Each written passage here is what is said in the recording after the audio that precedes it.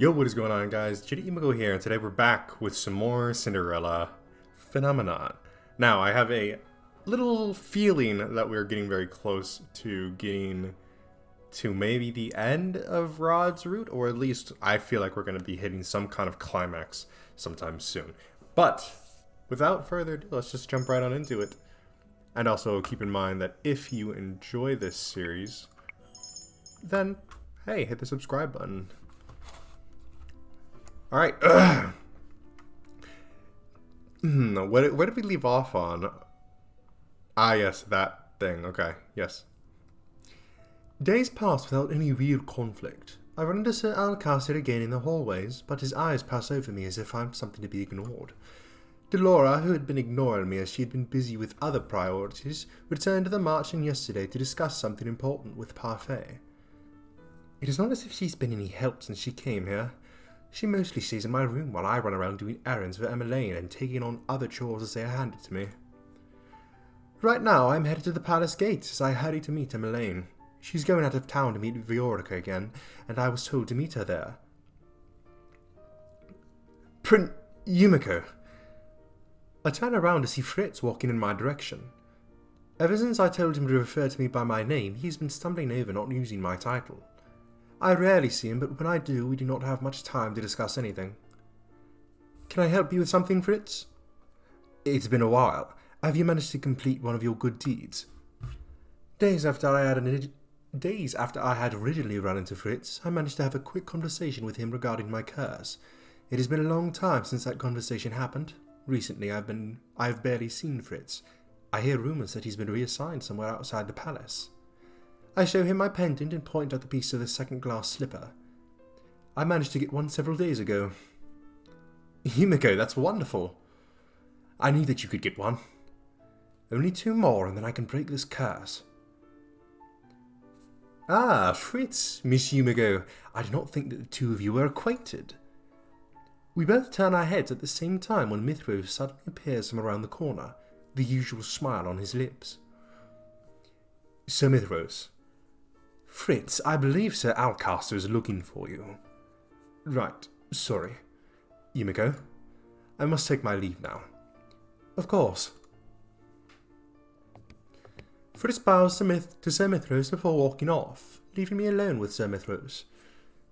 Mithros does not say anything, but continues to smile at me. His staring makes me feel incredibly uncomfortable.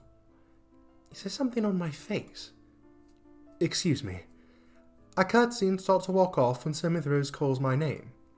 Yumeko. Yes? I just wanted to thank you for your hard work and dedication to our princess. I look at him, puzzled by his sudden gratitude. Don't worry, everything will soon be remedied. Excuse me? My apologies. I did not mean to keep you. He completely ignores my question. He dips his head slightly before turning and walking away, the smile still on his face. What was that all about?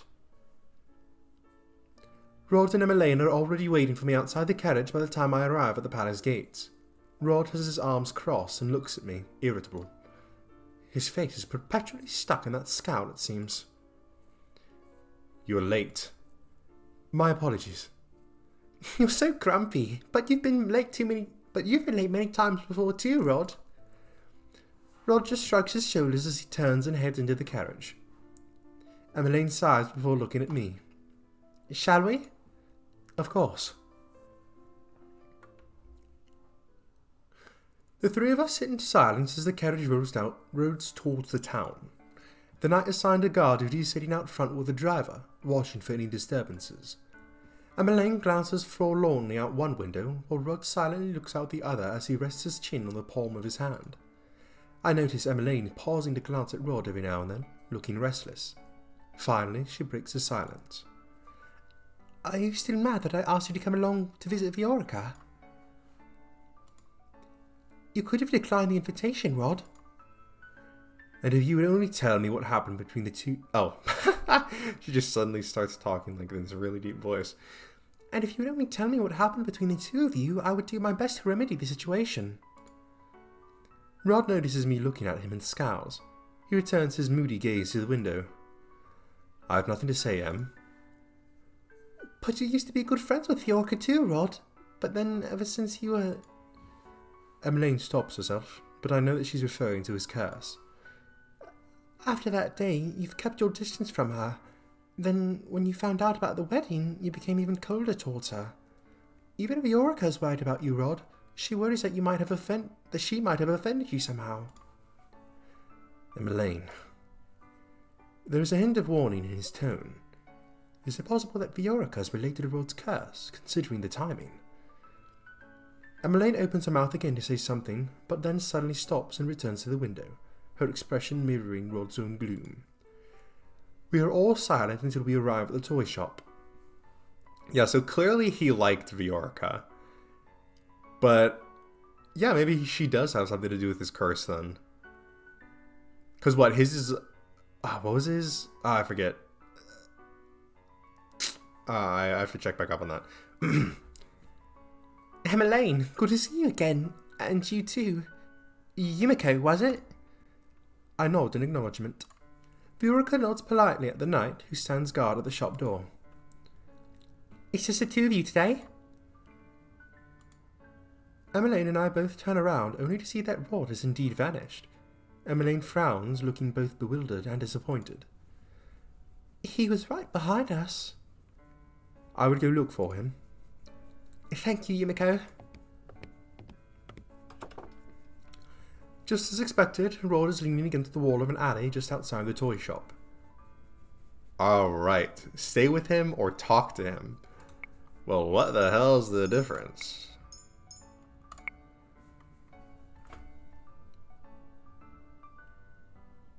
It's like, okay, we talk to him or we stay with him. Well, let's just talk to him, I guess. Emmeline and Fiorca are looking for you. When he does not answer, I cross my arms and raise an eyebrow.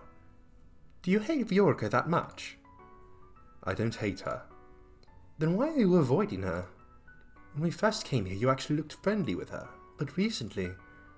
This doesn't involve you, Yumeko. Fine. I will tell Emmeline that you will be in the carriage waiting for her then.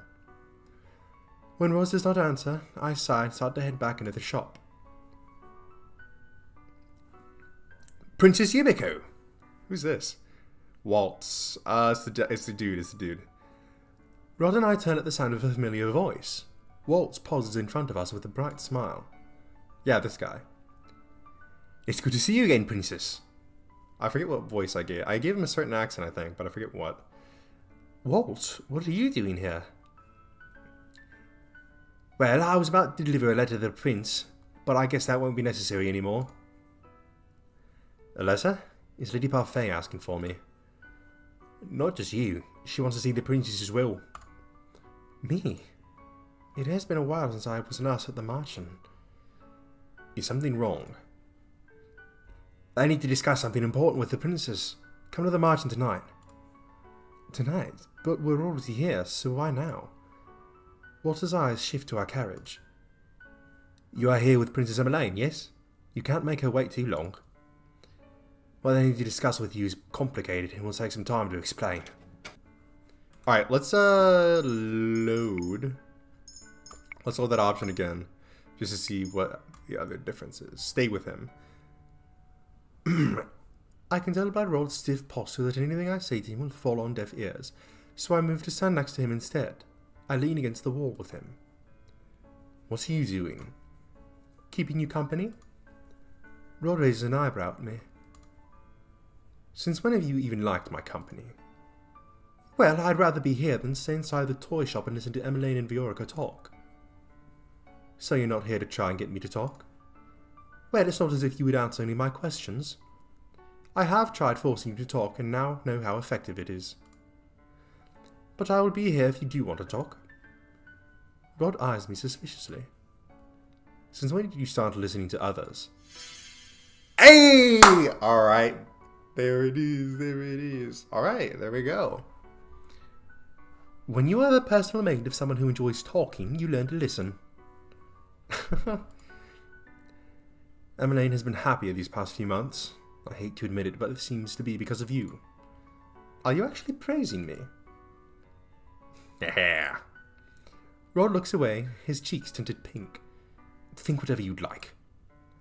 I do not know why, but for some reason I'm happy that Rod gave me a compliment. Alright, and then we just get through all of that. So skip. Yeah, so we're going to continue on this route, because this is obviously the one we want to be on. Skippy. Alright. The toy shop door opens and Emmeline stands in the doorway as she says her goodbyes to Viorica. Remember, tonight. These are Walter's last words before he slips back into the crowd. Emmeline's visit with Viorica was briefer than I thought it would be. Now, all of us are headed back to the palace. Rod has not uttered a word on our way back. I can tell that it is going to make Emmeline agitated, as she continues to keep glancing at Rod expectantly. If you have something to say, say it. Emmeline stares at me. You obviously want to say something to Prince Rod. The only way to get your answer is to talk to him directly. Rod does not turn around. It is as if he does not hear me. Emmeline clasps her hands together and sighs.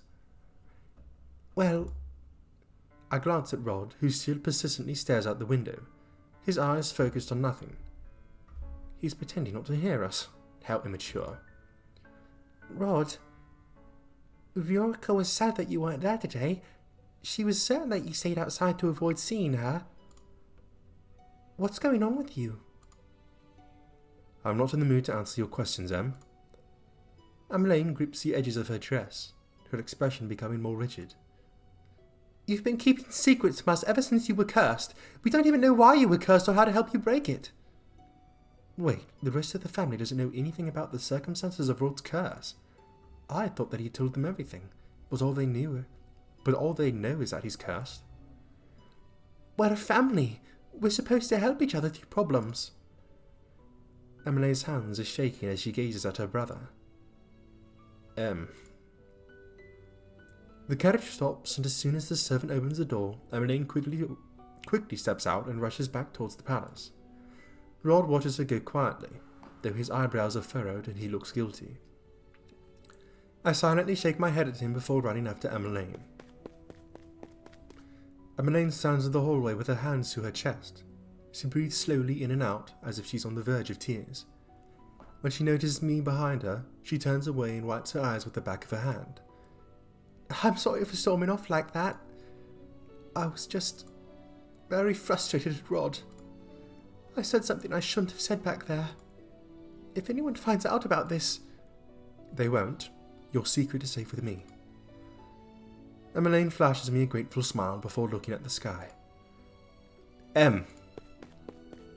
One moment, Rod is running down the hallway. The next, he is stopped in front of us and is trying to catch his breath. I'm sorry. I'm sorry too, Rod. But right now I would like to be alone. Of course. I'm sorry, Yumeko, but could you leave me for now? She does not even wait for my answer before walking away, leaving me alone with Rod.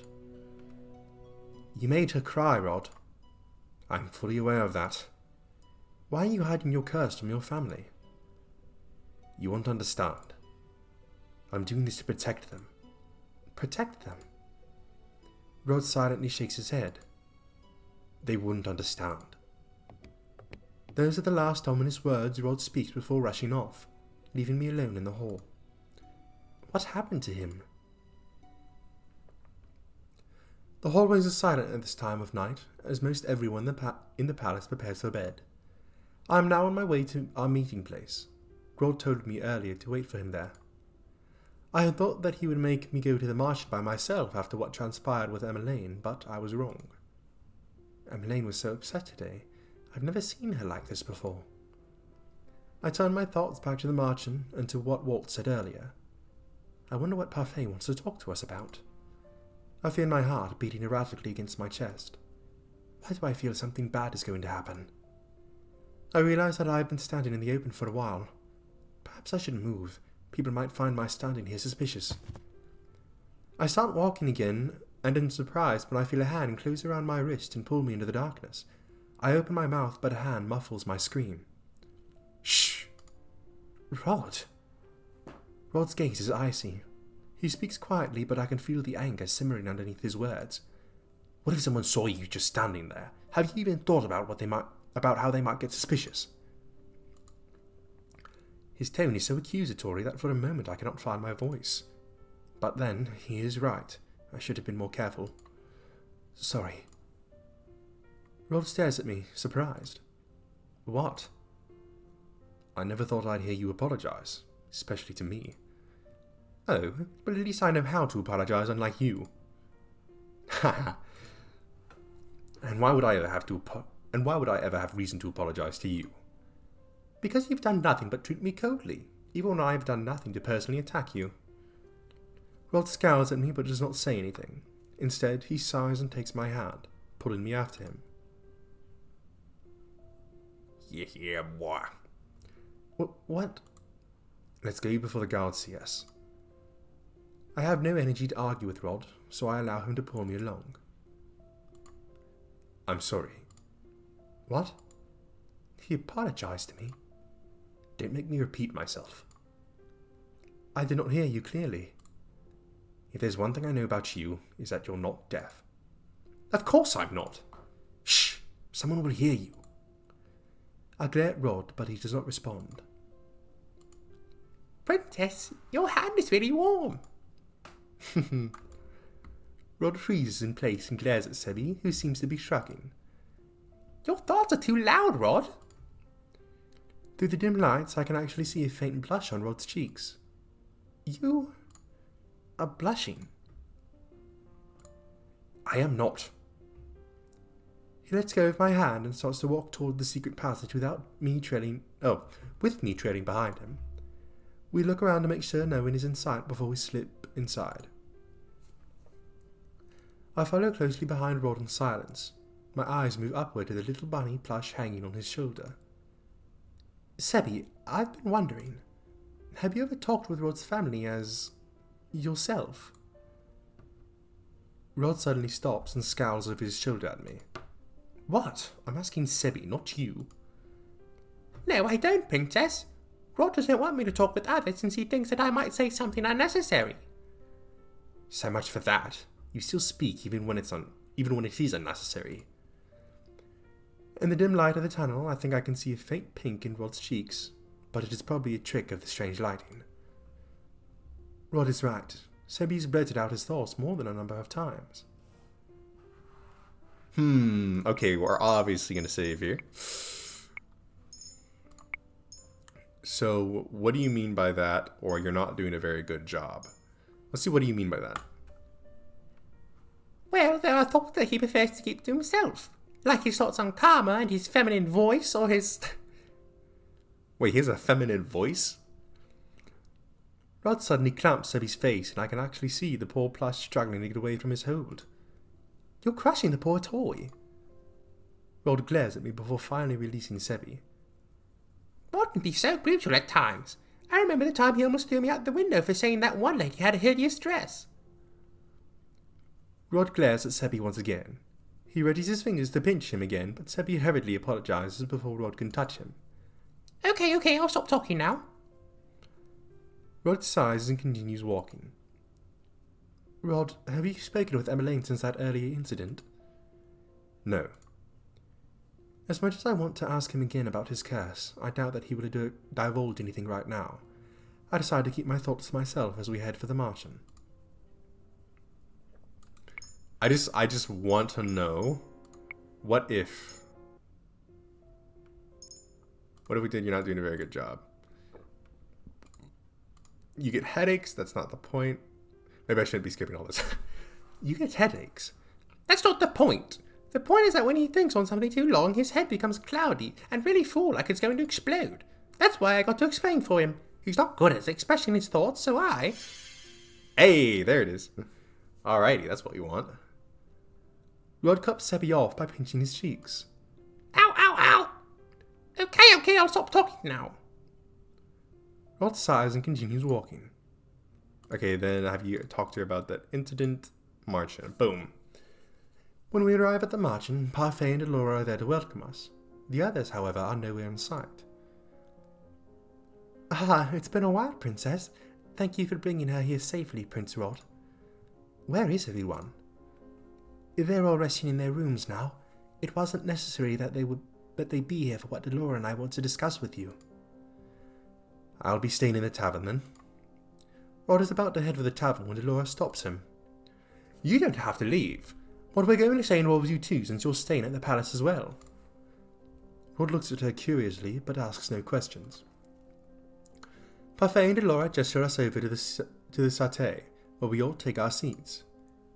This is something Rod and I must know because we're in the palace. I have a bad feeling about this. Before we start, I would like to congratulate you on your first good deed, Princess. Delora told me all about it, and I can see the extra piece on your necklace as well. Parfait smiles at me, her eyes filled with pride. Her faith in me rekindles the dwindling confidence I had. If only you'd seen how happy Delora was when she announced it to us.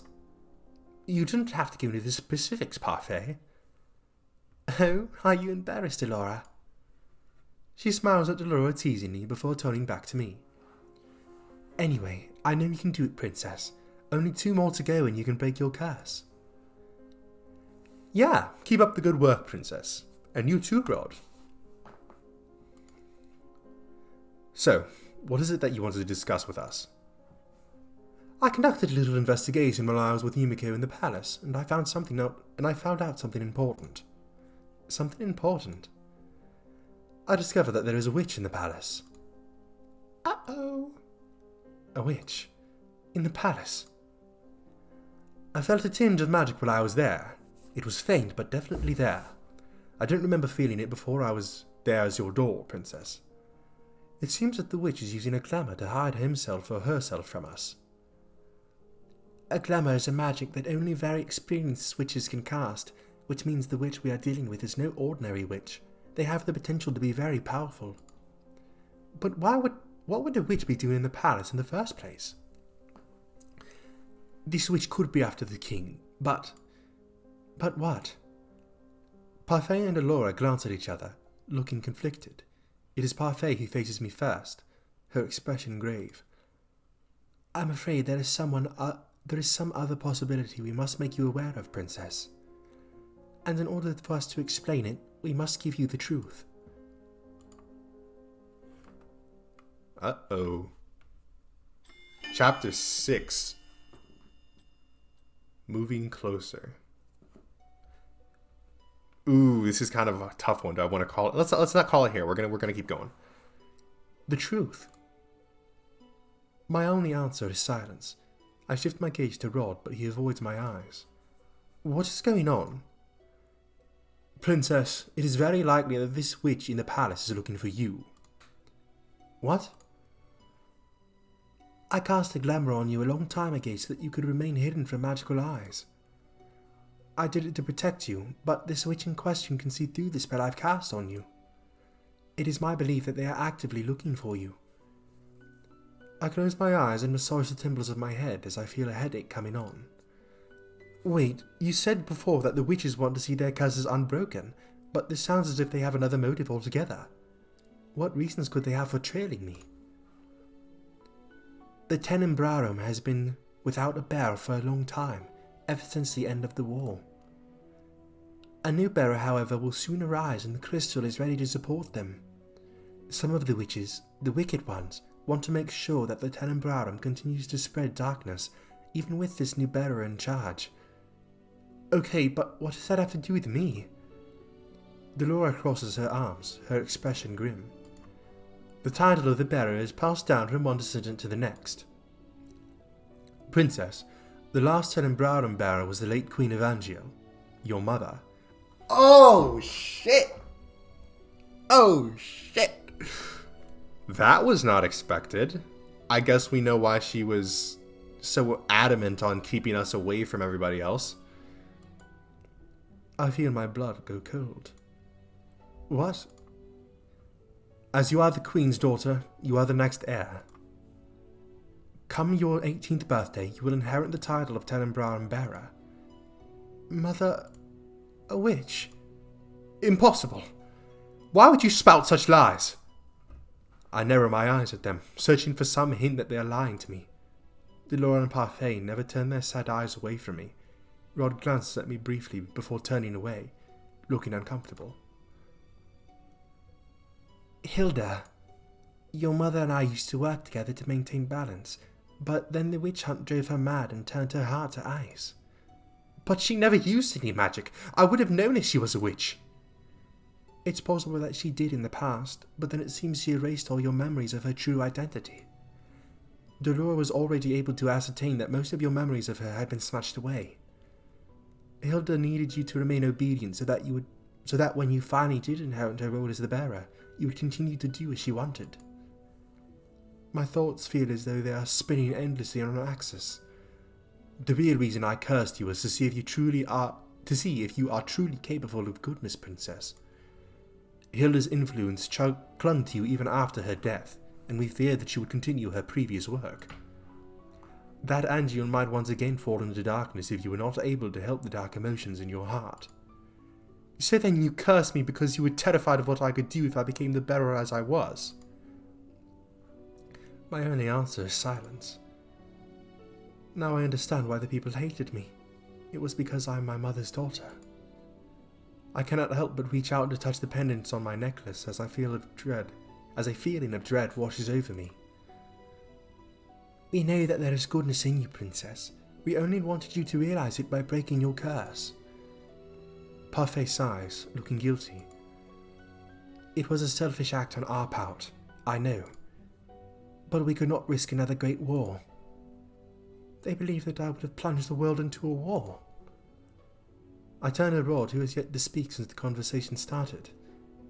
Did you know about all of this? Everyone knows the story of the Tenenbaum witch and her daughter. Everyone except me.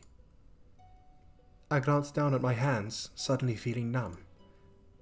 I am a witch, and I will become the Tenenbaum's next bearer. Just the thought of it makes me sick. I think back to my childhood. I can still recall the glares that everyone gave me when I was a child. They were scared of me because I was my mother's daughter. And what about the king? Did he never love me because I was the daughter of a witch?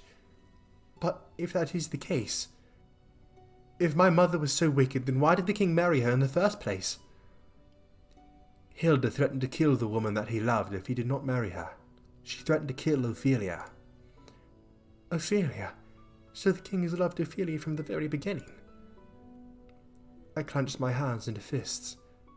After Mother died, he was able to reunite with his true love, and since then he's treated Emmeline and Rod better than he ever treated me, even though I am his daughter by blood. I want to feel angry about this revelation, but instead I feel a dreary emptiness inside of me. A heavy feeling begins to settle in my chest, suffocating my heart. He never really loved me. Yumeko. Rod's voice taps me out of my thoughts, and that is when I realize that a stray tear has made it down my cheek. I quickly wiped it away with the back of my hand, angry at myself for showing weakness in front of them.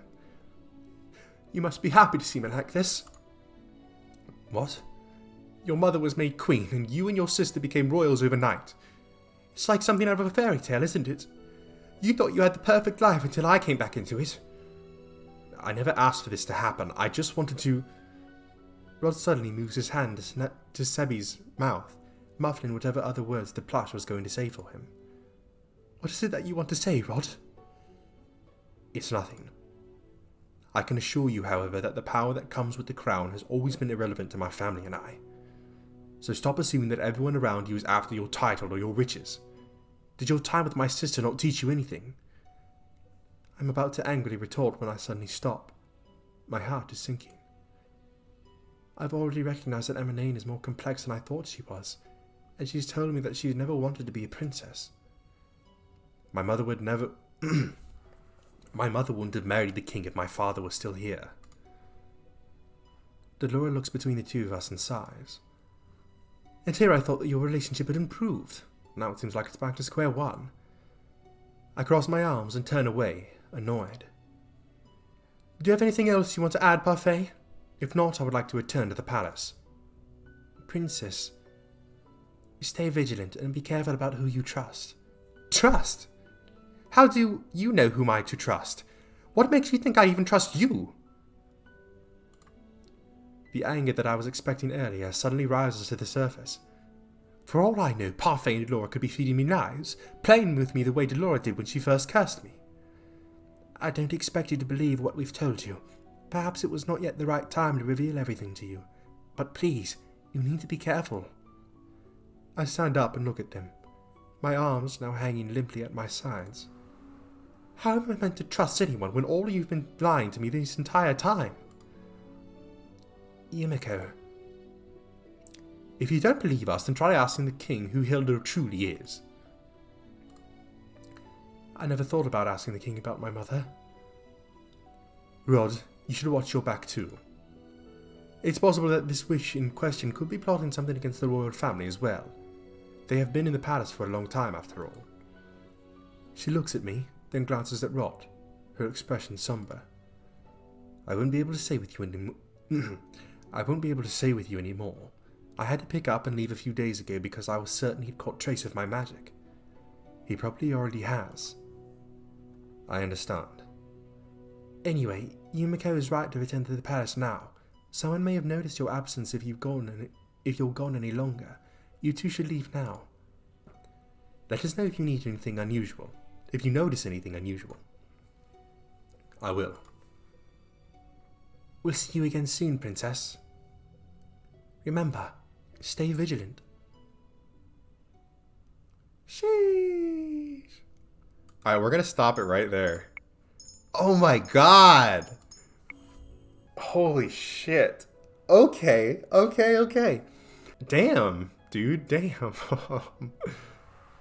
So our mother was this like hotshot witch who threatened to kill the king if he didn't marry her. So we're basically the offspring of like this fucked up forced marriage essentially. So no wonder he never really liked us.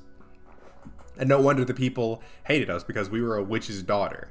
So it's basically like, yeah, you know, your mother has basically been lying to you this whole time. She's erased your memories of her using witchcraft, and she's basically been raising you purely for the sole purpose of using you once you inherit this Tenebrarum thing. Alrighty, well, I mean, there's not much more to say about this one. Anyways, that's going to be it for this time. If you guys enjoyed the video, make sure to leave a like on it and tell me in the comment section below what you would like to see me play next. If you enjoy this series or any other videos or series on my channel, then I highly recommend that you hit the subscribe button and turn on push notifications so you will be notified when a new one of those videos comes out. Anyway, that's it from me, and I'll see you in the next one.